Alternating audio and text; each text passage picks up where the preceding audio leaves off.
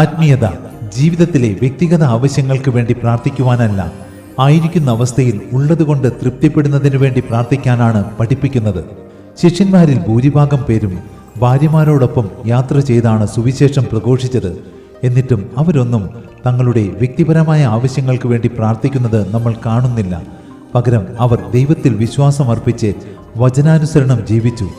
അതിനാലാണ് ദൈവവചനം പറയുന്നത്, സംതൃപ്തിയോട് കൂടിയ ഭക്തി വലിയ നേട്ടമാകുന്നു.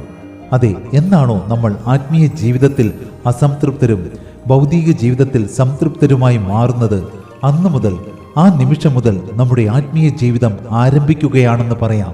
അതുകൊണ്ട് തന്നെയാണ് കർത്താവായ യേശുക്രിസ്തു ഇപ്രകാരം പറഞ്ഞത്, നശിച്ചു പോകുന്ന ആഹാരത്തിനായിട്ടല്ല, നിത്യജീവങ്കിലേക്ക് നിലനിൽക്കുന്ന ആഹാരത്തിനായിട്ട് തന്നെ പ്രവർത്തിപ്പിൻ, അത് മനുഷ്യപുത്രൻ നിങ്ങൾക്ക് തരും.